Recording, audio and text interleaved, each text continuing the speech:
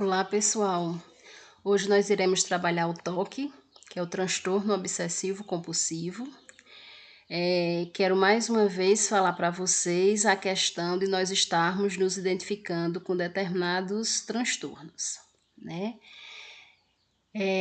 Essa questão da gente achar que tem transtorno X, transtorno Y, é porque por muitas vezes nós temos algumas características que são parecidas com a sintomatologia daquele transtorno. Só que no transtorno obsessivo compulsivo, as pessoas teoricamente são mais parecidas e dizem que tem toque, tá? Mas na realidade existe uma diferença entre nós normais, fazendo as aspas, viu, pessoal? Que não temos toque com as pessoas que realmente têm o toque diagnosticado. Vamos aí fazer essa diferença. Então, eu sou uma pessoa que não tem o toque. Então, o que é que vai acontecer? Antes de dormir, quando eu me deito, aí eu fico com a sensação de que eu não fechei a porta da frente. Então, eu vou lá, verifico se fechei a porta, verifiquei, está tudo fechado, me deito, durmo, normal. Outro exemplo, eu sou uma pessoa que tem o toque. Então, eu tenho um pensamento obsessivo que a porta da minha casa está aberta. Caso eu não vá olhar se ela está aberta ou fechada, alguém vai morrer. E daí eu fico com esse pensamento obsessivo. Tenho que olhar, senão fulano vai morrer. Tenho que olhar, tenho que verificar, senão fulano vai morrer. Daí eu acabo fazendo a compulsão, que é o ato de ir olhar se a porta está fechada. E daí eu vejo, verifico que ela está fechada e retorno e crio outro pensamento obsessivo. E daí a minha rotina eu não consigo mais fazer, eu não consigo mais dormir bem, eu tô sempre nessa ansiedade, com pensamentos negativos e atos compulsivos, comportamentos compulsivos. Lembrando para vocês que o TOC ele entra nos transtornos de ansiedade, certo?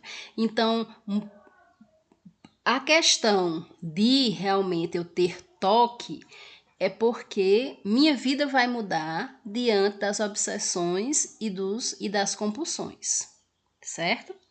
Então vamos acompanhar aí os slides. O TOC é caracterizado pela presença de pensamentos obsessivos e comportamentos compulsivos exagerados ou irracionais, causando sofrimento e prejuízo para o indivíduo. Atualmente, a doença psiquiátrica mais comum e bastante sensível ao tratamento. Então vamos lá.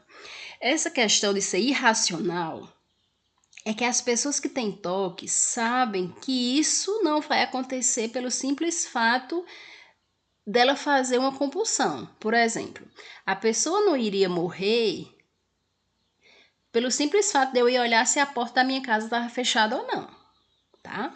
As coisas não estão interligadas na realidade, racionalmente. Mas para a pessoa que tem toque, que tem esses pensamentos, para ela está ligado, tá? Para a mente dela, ela está ligada, mesmo ela sabendo que é irracional. E daí ela acaba realizando a compulsão pelo sofrimento psíquico que essa obsessão, esse pensamento está causando na mente dela. Pode ser um transtorno incapacitante, interferindo na rotina normal do indivíduo, em seu funcionamento ocupacional, atividades sociais habituais ou relacionamentos. Tá? Então, tudo muda a partir do momento que essas obsessões elas tomam conta da mente da pessoa. E para que essas obsessões sejam sanadas, ela tem que realizar as compulsões. Imaginem a questão da lavagem das mãos. Tá? Eu olho para a minha mão, quem tem toque, né? Olha para a mão e vê que a mão está contaminada. A mente dela, a mão está contaminada, daí ela tem que lavar. E quando ela senta novamente, a mão está contaminada e ela vai lavar. E ela passa o dia indo lavar as mãos, tá? Não sei se eu já contei para vocês esse exemplo, creio que sim, né? Da criança que teve toque na infância e daí ela tem toque agora na vida adulta, né? Quando criança, tinha uma planta natural na casa dela, e daí, toda vida que ela passava em frente a essa planta, ela nem tocava na planta, mas ela tinha que tocar.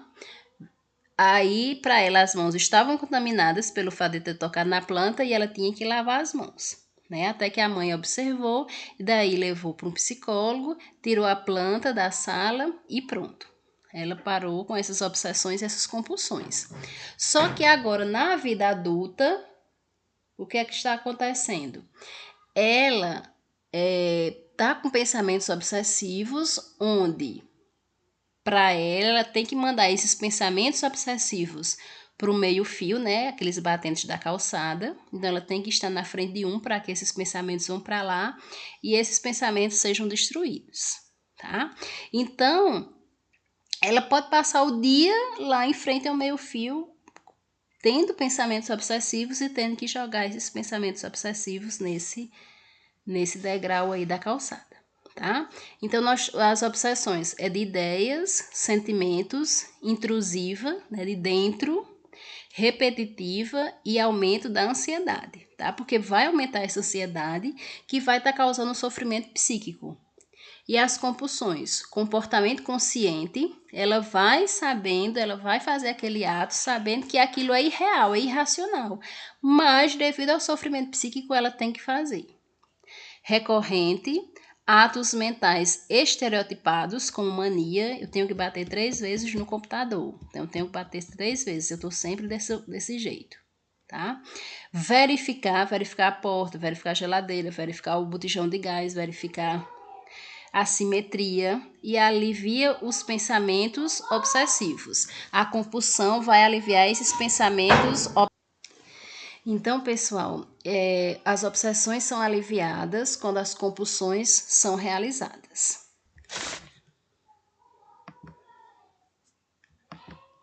A questão da epidemiologia. É o terceiro transtorno psiquiátrico mais frequente, atrás somente da depressão e da dependência química. A prevalência no período de vida estima entre 2 e 3% da população geral apresenta toque, né? Sabemos que aí há uma subnotificação, porque alguns toques, eles são mentais, então eu tenho que dizer o nome da pessoa, senão isso acontece. E eu digo o nome da pessoa mentalmente, ninguém viu, e eu fico com toque só para mim, tá? 10% dos pacientes ambulatoriais em clínicas psiquiátricas, tá? Vendo como é pouco, né? Aí nas clínicas. A idade média do início é por volta dos 20 anos de idade. Adultos, ambos os sexos, estão igualmente propensos a serem afetados. Adolescentes, mais meninos do que meninas. E 2/3 dos pacientes apresentam o início dos sintomas antes dos 25 anos. O toque pode iniciar na infância também, porém é mais raro. Tá? E aí, muitas vezes, pessoal, essa questão da observação dos pais, tem muitos pais que são atentos com relação aos seus filhos, né? E daí eles acabam levando para um psicólogo quando vê que algo não está caminhando como deveria ser. A causa não totalmente esclarecida, pode ser de natureza biológica, ocorrem após traumatismos, lesões, predisposição genética, vários indivíduos de uma mesma família são acometidos, né? Então, aqueles fatores físicos ou biológicos que nós já trabalhamos. E entra também os fatores psicológicos, as crenças distorcidas, tá? Supervalorização do pensamento, exageram os riscos e as possibilidades dos desastres, aquelas pessoas onde tudo é nos extremos, né? Tudo acontece para ela da pior maneira possível, o risco de fazer isso é imenso, sempre vai acontecer com ela, essas coisas. perfeccionistas, tá? Não posso, pessoal, eu tenho que ver o meu limite, até onde eu posso fazer isso bem, tá? Pensamentos mágicos, mudar o curso para prevenir desastres. Então, eu acho que eu não vou naquela rua, né? Porque algo lá vai acontecer, tô com um pensamento ruim, então eu vou por essa outra rua, tá? Isso são coisas que a gente coloca na nossa cabeça, né? Isso aí é para quem realmente acredita. E nós temos aí o ciclo do toque, tá? Como é esse ciclo do toque? Tudo se inicia pela obsessão, pelo pensamento negativo. Esse pensamento negativo vai causar o quê? Ansiedade, tá? Que essa ansiedade é o sofrimento psíquico, ok?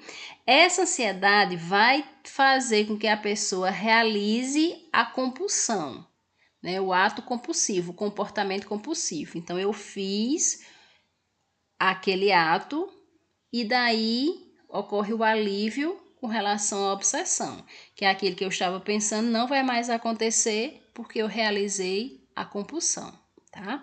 Então se torna um ciclo. Aliviou, só que minha mente, né, a mente de quem tem toque brilhantemente, ela vai fazer o quê? Criar outra obsessão. E daí o ciclo vai começando, e daí a rotina é alterada, o relacionamento é alterado, e ele vive em função do toque, e vive em função das obsessões e das compulsões.